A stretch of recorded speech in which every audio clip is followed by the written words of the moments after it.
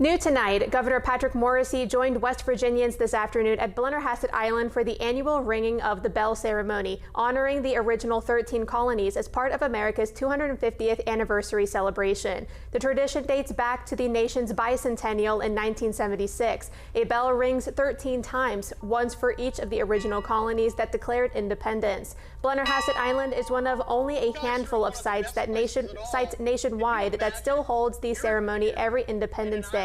Morrisey says he's honored to participate in the historic tradition at one of West Virginia's most historically rich sites.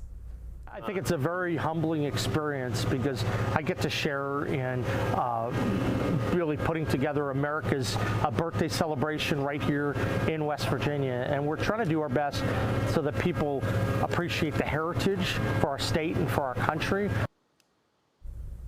Morrisey says the stop is part of a broader effort to bring America 250 celebrations to every corner of the state, with other stops planned today and tomorrow throughout West Virginia. In addition to the bell ringing, the Blennerhassett Island ceremony had a gun salute and the recitation of the winning poem from West Virginia's America 250 Poetry Contest.